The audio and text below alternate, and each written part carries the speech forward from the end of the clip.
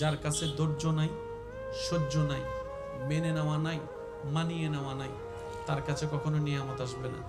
এই ক্ষেত্রে আমাদের অনেকের মনের একটা চাপা প্রশ্ন থাকে, জানতে চাওয়া যে ধৈর্য তো অনেক ধরেছি, আর কত ধৈর্য ধরবো, সহ্য তো অনেক করেছি, আর কত সহ্য করব। হাজার দিকে উত্তর না গিয়ে একটা উত্তর দেওয়ার চেষ্টা করি, মাথায় এবং মনে বসিয়ে রাখবেন যদি ভালো লাগে। ধৈর্য ততক্ষণ ধরবো যতক্ষণ আমাদের রব খুশি না হয়। সুবহানাল্লাহ। যতক্ষণ রব খুশি না হবে ততক্ষণ ধৈর্য, ততদিন ধৈর্য, তত মাস ধৈর্য, তত বছর ধৈর্য। কারণ আল্লাহ তাআলা জানেন কখন নিয়ামত দিলে আমাদের জন্য ভালো হবে, এটা আল্লাহই ভালো জানে। ওই হুকুম আসা পর্যন্ত অপেক্ষা করতে হবে, এটার নামে ধৈর্য। কোনো হা হুতাশ করা যাবে, আফসোস করা যাবে? আল্লাহ দিল আলহামদুলিল্লাহ, না দিল আলহামদুলিল্লাহ।